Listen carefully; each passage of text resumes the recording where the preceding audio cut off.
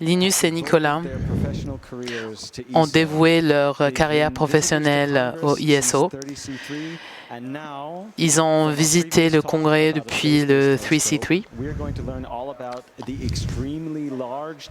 Et on va tout apprendre sur le télescope géant européen qui est basé ici sur la planète Terre.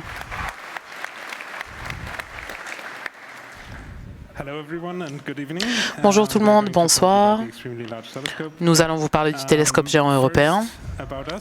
Avant tout, une petite introduction. Nous travaillons tous les deux à l'Observatoire européen austral. Nicolas travaille au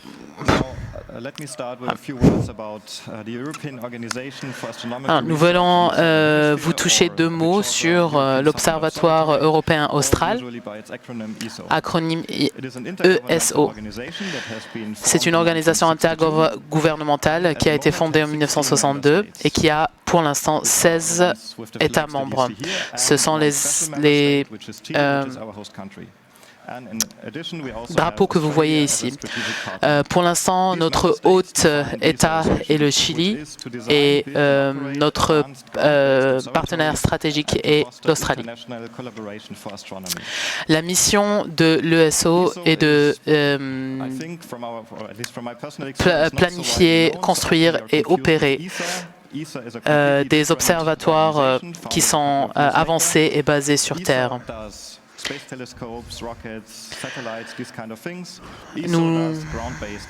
Voilà. L'astronomie basée sur la terre ferme. Notre QG est basé à Garching, à Munich, en Allemagne, depuis 1981. On a aussi plein d'instituts Max Planck en Allemagne. Notre télescope est basé au Chili, dans le désert de l'Atacama. On a 750 personnes qui sont distribuées entre l'Allemagne et le Chili, 500 personnes dans le QG à Munich et 250 personnes au Chili. Et beaucoup d'argent a été versé dans cette collaboration. Ici, vous pouvez voir la localisation de notre observatoire. Santiago est la capitale du Chili. Le vieil observatoire est la Silla. Et on a un autre observatoire au Paranal. Et Charmantor, proche de l'Atacama, proche des frontières de la Bolivie. Et on a un autre observatoire qui est en train d'être construit. Alors pourquoi avons-nous tous ces observatoires et tous ces télescopes qui sont dans ce désert? J'espère que vous pouvez voir sur cette image satellite qu'il n'y a pas de nuages. Et comme on est au désert, dans le désert, il n'y a pas d'humidité. Il y a des montagnes très hautes qui constituent des conditions idéales pour l'astronomie basée sur la terre ferme. La CIA est notre premier observatoire qui a démarré dans les années 70. Et on a plein d'autres observatoires, télescopes qui sont disponibles d'autres organisations comme ceux du Max Planck.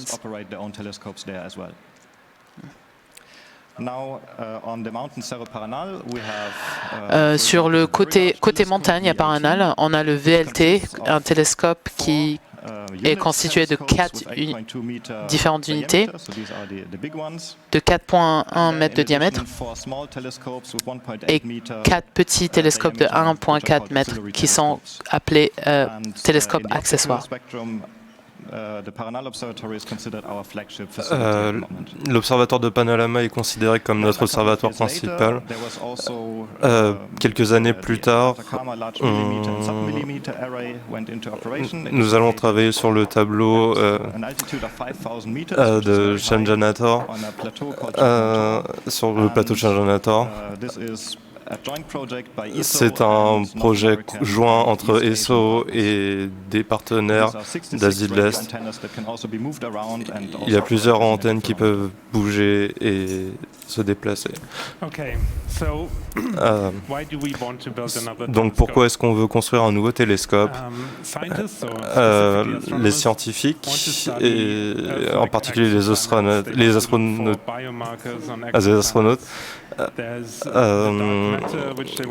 veulent étudier la vie extraterrestre, la matière noire, et plusieurs autres systèmes qui sont difficiles à observer, mais qui sont aussi très intéressants pour les astronomes. C'est pour ça qu'on a besoin d'un télescope qui a une plus large résolution, et on veut augmenter la surface de collection de collecte de lumière, car avec plus de lumière, on est capable d'observer des objets moins lumineux. Donc voici un rendu de l'ELT. C'est à quoi il va ressembler. Il va avoir un miroir primaire de 39,3 mètres de diamètre. Donc la largeur de cette salle est de 36 mètres. Donc il ne pourrait pas rentrer dans sa salle. Donc c'est pour vous dire à quel point il est grand. Le site est Cerro Amazonas, qui a 4300 mètres d'altitude, qui a 43 km au Paname. Il va coûter 1300 millions d'euros. Et il est prévu, la fin de la construction est prévue en 2028. Il y a deux projets similaires. Le télescope géant de Magellan de 25 mètres de diamètre et le télescope de 30 mètres qui fait 30 mètres de large.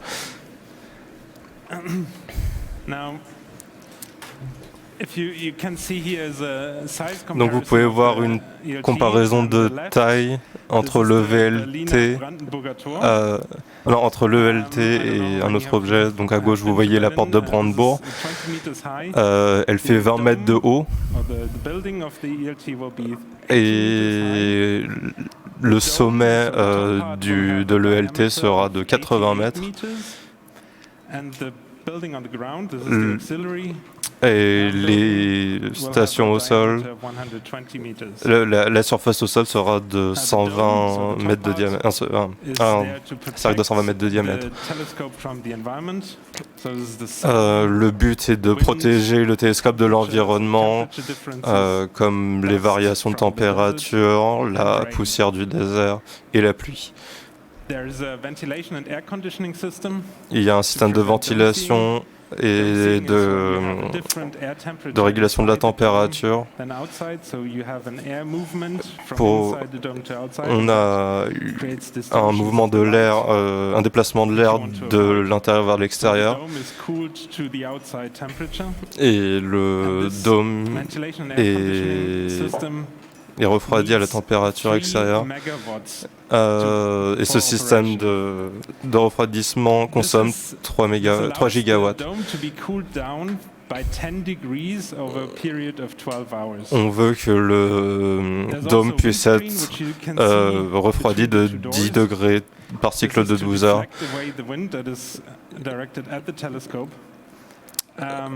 Le dôme protège aussi du vent de l'hiver, car le vent est capable de taper contre le miroir et d'altérer les mesures.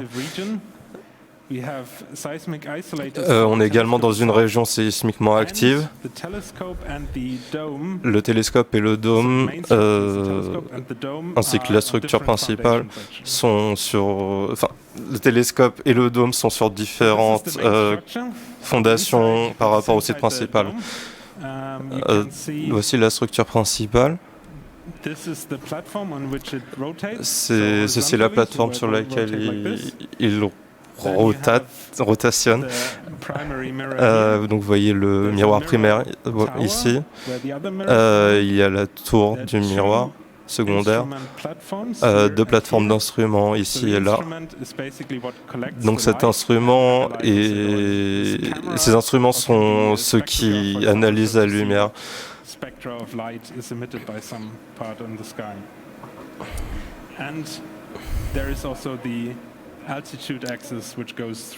Vous avez également l'accès d'altitude qui permet d'accéder à ces endroits.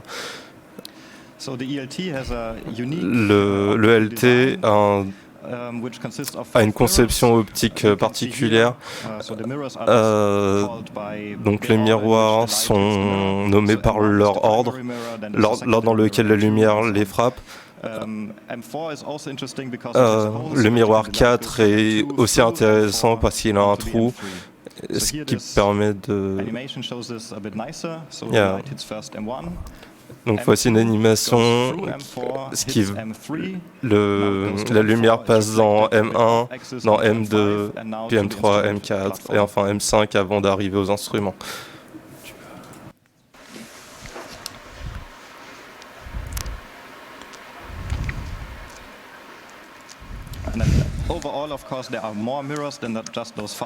En général, on a évidemment plus de miroirs que les 5 qui sont montrés ici, mais ce sont les miroirs principaux qui permettent au télescope de fonctionner.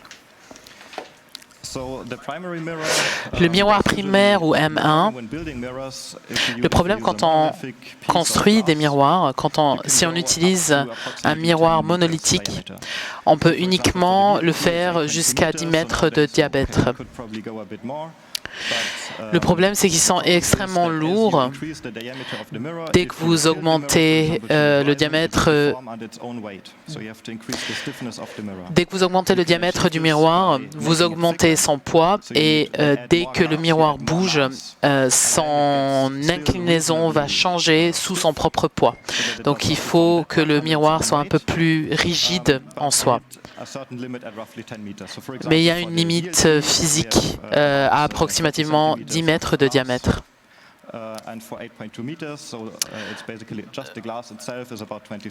Et par exemple, rien que le verre, à partir de 8,2 mètres de diamètre, ça équivaut à peu près à 23 tonnes. C'est très difficile aussi à transporter, que ce soit par camion ou par bateau. Il n'y a aucune route qui peut transporter ce genre de miroir. Et donc, ce qu'on fait, c'est qu'on les segmente. Vous pouvez voir ici sur l'image la représentation des segments des miroirs. Donc, ce sont des segments séparés, individuels, et qui fonctionnent ensemble, une fois assemblés, comme une seule et même unité. Par exemple, le miroir M1 contient 6 fois 6 panneaux et chaque panel contient 133 miroirs avec 798 segments hexagonaux. Le problème, c'est que la couche d'argent doit être renouvelée tous les 2 ans. Et pour des raisons logistiques, on a 2 segments qui sont échangés par jour et il y a une symétrie à 6 parts. Chaque segment a une forme très particulière. On ne peut pas interéchanger les segments comme on veut. Donc il faut vraiment suivre un programme particulier pour échanger, remettre. Et il faut que le segment soit ajusté à au nanomètre pour pouvoir fonctionner comme on veut. Ici, nous voyons un graphe d'un segment du miroir à main. Ils font à peu près 50 mm d'épaisseur et c'est à peu près comparable à de la céramique. Ça fait 1,4 m de diamètre par unité. Le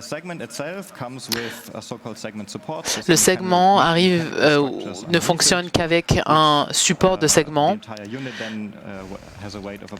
et l'unité en entier, c'est-à-dire le miroir et le support du segment, font à peu près 250 kg.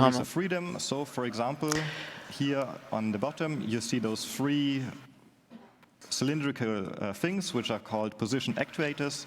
These are allowed to change the piston tip and tilt of the segment. Okay. Changing the piston means if we have two segments, on a trois presses hydrauliques qui permettent d'ajuster l'inclinaison du segment jusqu'à 6 degrés de liberté. Et il n'y a aucun gap, aucune différence, aucun espace entre les segments. Et du coup, il y a des senseurs sur les coins ou sur les bords du segment afin de permettre une transition qui est complètement lisse.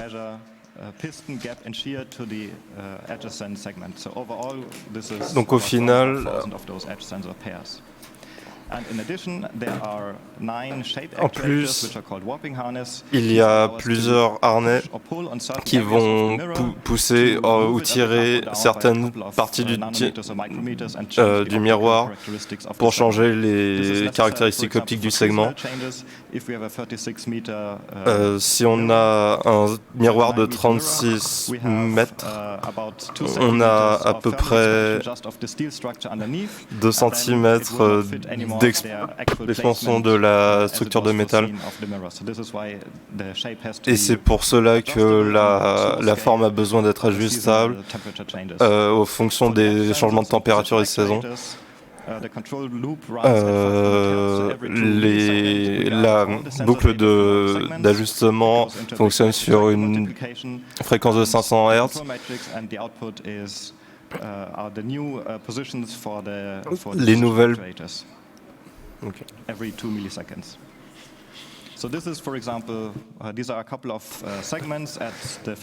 Voici les segments à l'usine du polisseur. Les segments en soi ne sont pas si grands. Donc là, on a affaire à du verre sans aucun traitement.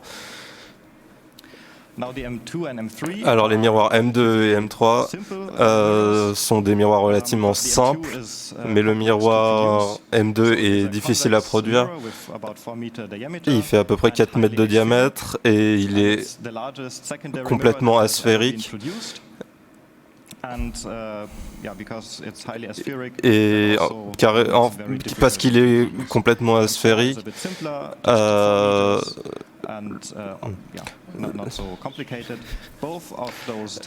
les deux miroirs peuvent être contrôlés avec un système Exopon qui a une précision en dessous du micromètre. Donc c'est 3 tonnes de verre et 20 tonnes au total pour l'ensemble. À chaque fois que vous observez le ciel depuis la Terre, vous devez passer par l'atmosphère et l'atmosphère est source de distorsion.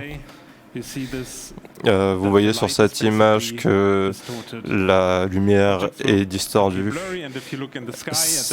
Elle rend les objets flous. Pour contrer ça, on utilise des optiques adaptatives. Alors elles fonctionnent. Je vais vous montrer. Vous avez une galaxie que vous voulez observer. Vous voyez que la lumière provient de cet objet. Et quand elle rencontre l'atmosphère, elle est distordue. Et quand elle arrive au télescope, vous allez obtenir une image floue. Donc ce que vous faites, c'est que vous prenez une image avec une caméra qui utilise une étoile référence et vous utilisez cette étoile référente pour calculer la distorsion de la lumière. La forme du miroir change la forme de la lumière pour que la lumière qui arrive aux instruments ne soit plus distordue. Vous avez une image qui devrait être aussi nette que si vous n'aviez pas traversé, que la lumière n'avait pas traversé l'atmosphère. Donc vous avez besoin d'une étoile très brillante.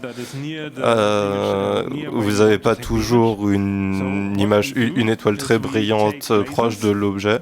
Donc ce que vous faites, c'est que vous prenez un laser qui a 20 watts de puissance optique et ce laser excite des atomes dans l'atmosphère supérieure et se désactive automatiquement quand un avion approche pour éviter d'aveugler accidentellement le pilote. Et voici une image qui compare une optique adaptative avec une optique non adaptative. Comme vous pouvez le voir, la qualité est hautement augmentée. Donc le miroir le plus spécifique de l'ELT est le miroir M4 qui fait 2,4 mètres de diamètre et une épaisseur de 1,95 mm. Elle est faite de carbone de silicate et elle a 5352 actuateurs.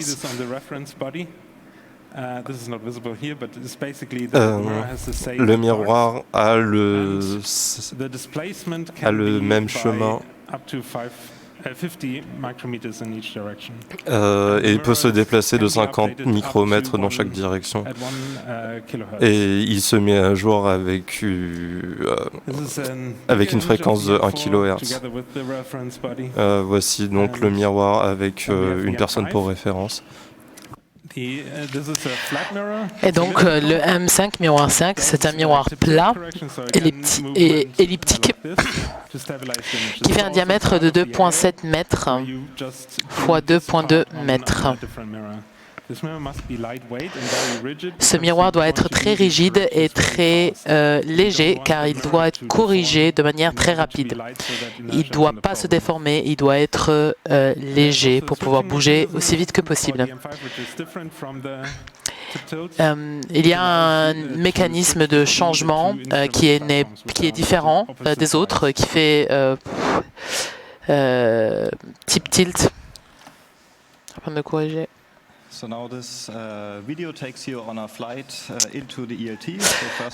Cette vidéo vous montre donc un vol, une vision aérienne du ILT.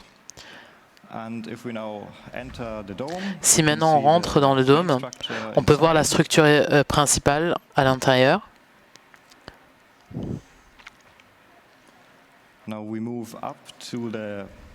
Maintenant, nous allons vers la plateforme qui tourne de manière horizontale. Vous pouvez aussi voir ici en jaune les parties, les lanceurs de laser pour quand on n'a pas de star référence, d'étoile référence. Et maintenant, nous sommes à 27 mètres au-dessus du sol, au niveau des plateformes instruments. Ici à droite, vous pouvez voir les portes fermées du dôme et le garde-vent.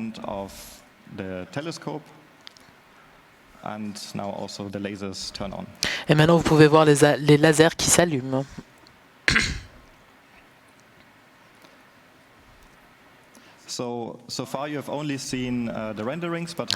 Pour l'instant, vous avez uniquement vu les modélisations. Il est encore en construction.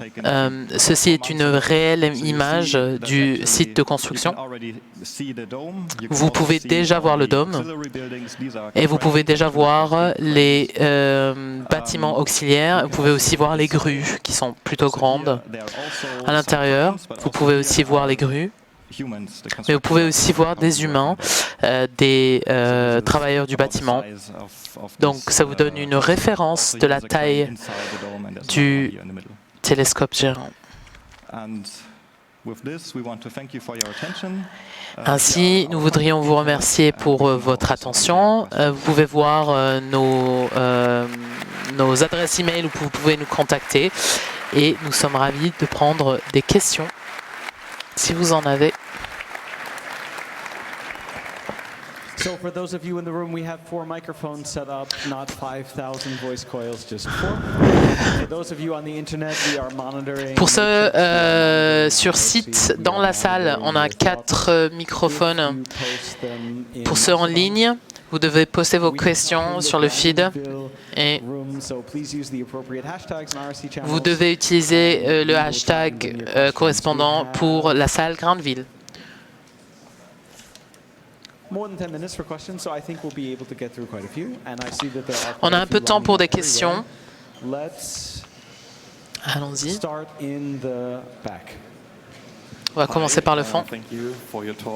I have a question about disturbance in the in space because there is a lot. J'ai une question regardant vis-à-vis de des perturbations dans l'espace. And I heard that these are disturbing the images taken from astronomers. So, is this a problem for you as well? Vis-à-vis des déchets satellitaires qui peuvent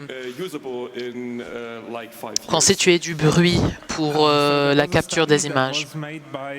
Réponse. Il y a eu une étude qui a été conduite par l'ISO. Effectivement, les déchets spatiaux ont eu un impact sur les observations.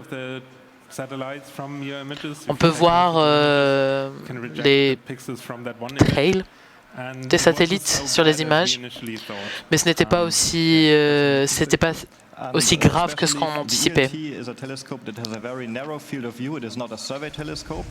Alors, le télescope géant a une capacité qui n'est pas très large, il est plutôt focus et ça permet de ne pas être très affecté par tous les télescopes. Contrairement aux télescopes qui peuvent scanner ou qui doivent scanner de larges zones. Généralement, on peut s'en sortir si on a une zone d'exclusion de communication satellite où on peut avoir des images plutôt claires.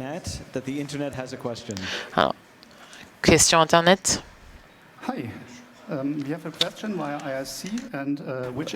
La question que j'ai reçue est, comme il y a autant de parties mobiles sur les miroirs, combien de temps est-ce qu'on peut espérer qu'ils restent opérationnels? Donc le temps estimé pour l'opération de l'ELT est de 30 ans, mais on espère que ça pourra durer beaucoup plus longtemps. Merci pour la super conférence. Où est-ce que je peux voir un miroir aussi grand, parce que j'aimerais bien, aussi grand que la salle, parce que j'aimerais bien voir un miroir aussi grand que la salle. Pour le VLT, le vendredi, il y a des classes qui vont visiter le VLT, donc vous pourrez peut-être faire ça avec le LT aussi. On ne sais pas, on verra. So the other side in the front. De l'autre côté de la salle, est-ce que vous nettoyez aussi les miroirs secondaires? Et si vous le faites, comment le faites-vous? Donc ils font 4 mètres, ils doivent être nettoyés régulièrement.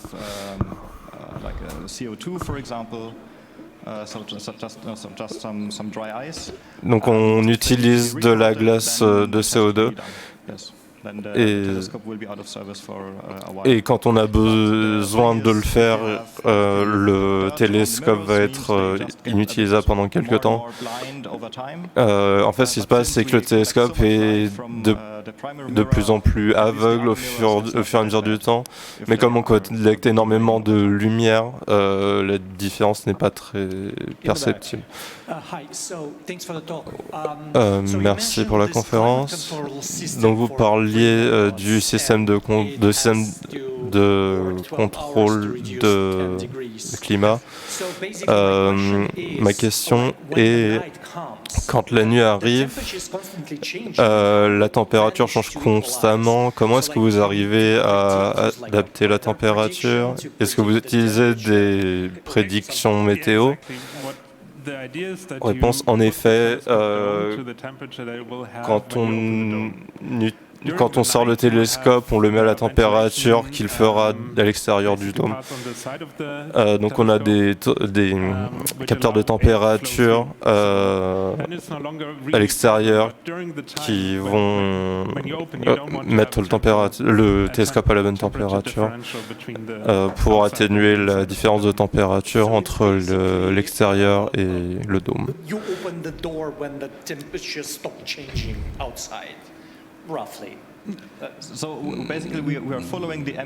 En fait, on suit la température ambiante pour empêcher le télescope de trop chauffer et on le refroidit la nuit.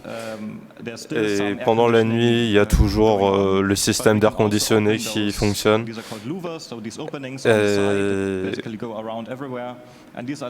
L'air va partout. Et idéalement, on a un flot très laminaire d'air qui nous permet de contrôler quel côté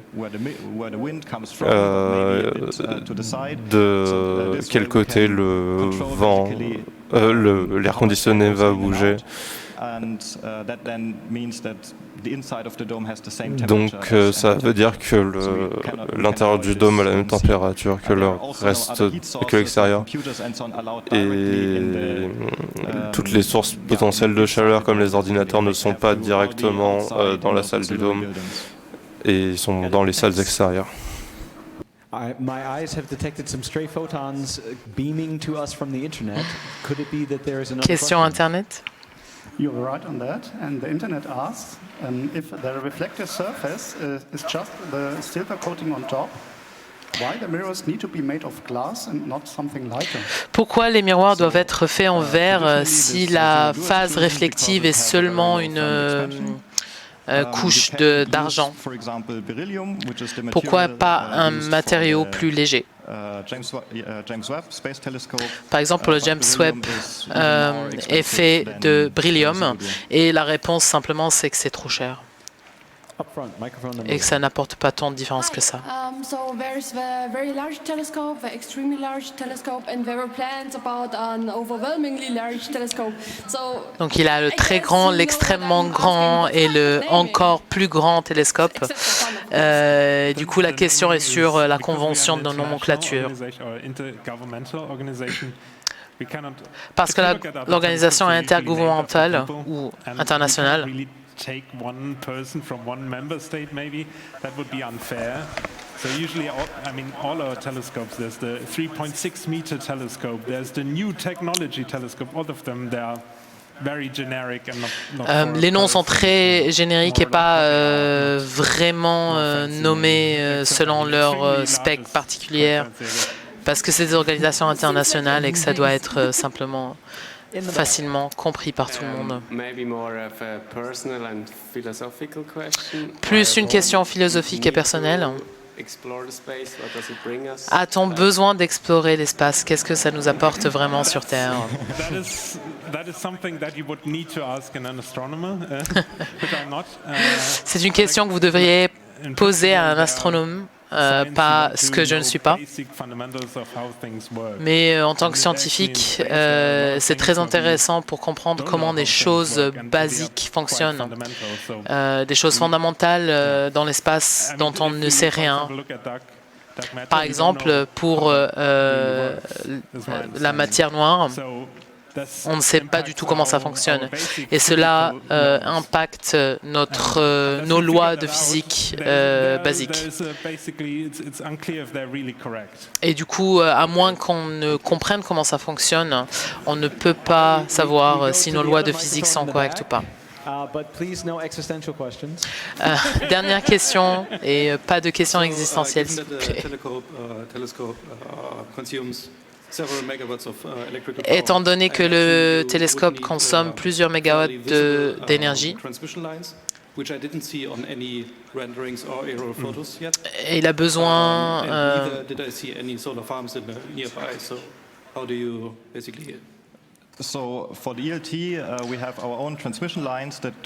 des lignes de transmission. Nous n'avons pas vu de lignes de transmission sur tous les modèles qui ont été montrés aujourd'hui. Donc il y a bien des lignes de transmission pour l'énergie et qui sont reliées au réseau chilien. Et il y a des panneaux solaires qui peuvent alimenter ou supplémenter un peu l'utilisation énergétique du télescope durant la journée, mais évidemment pas durant la nuit. Il y a des générateurs qui utilisent du pétrole pour supplémenter le système. Mais pendant qu'on a des turbines à gaz pour ajuster tout ça au milieu du désert, nous continuons quand même d'utiliser. What kind of dimension of exposure times do you usually get? Seconds, minutes, hours? And how does it compare with this telescope to the other ones? Comment est-ce qu'on peut comparer ce télescope par rapport aux autres? Alors, je ne suis pas un scientifique, mais j'étais à Paranal et on parle de minutes ou d'heures. Est-ce que c'est pour que l'Internet ait une nouvelle question pour nous? Alors on peut essayer de voir. Pourquoi est-ce qu'on a besoin de télescopes spatiaux si on peut ajuster si on peut ajuster la distorsion atmosphérique? Si vous voyez sur cette image, on peut voir qu'une partie du spectre électromagnétique est complètement absorbée par l'atmosphère et les spectres gamma et X et rayons X, et dans la section plus large du spectre sont absorbés complètement. Et on a besoin d'aller dans l'espace pour pouvoir observer ces longueurs d'onde, parce qu'on ne voit rien depuis la Terre. Si on regarde sur l'infrarouge lointain, on voit que tout est absorbé. Alors je crois qu'on a un peu de temps pour une dernière question qu'on va prendre au fond. Non, bon, du coup, devant. Comment est-ce que le temps d'observation est divisé? Est-ce que je peux acheter du temps d'observation? Est-ce qu'il y a besoin d'autorisation pour utiliser le temps? Alors en fait, il y a un processus où les instigateurs principaux de l'observation vont inspecter quels sont les motifs d'observation. Est-ce qu'il peut y avoir des alternatives pour faire ces observations? Est-ce que ça ne serait pas une perte de temps de faire ces observations sur le LT? clé parce qu'on va avoir un planning très chargé dans les années d'ouverture. Est-ce qu'on ne pourrait pas faire la même chose avec une autre investigation sur un autre télescope?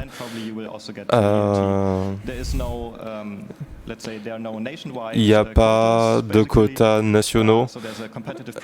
C'est un processus compétitif pour, où tous les projets sont revus et on prend les meilleurs. Merci. Et remercions collectivement Linus pour leur présentation.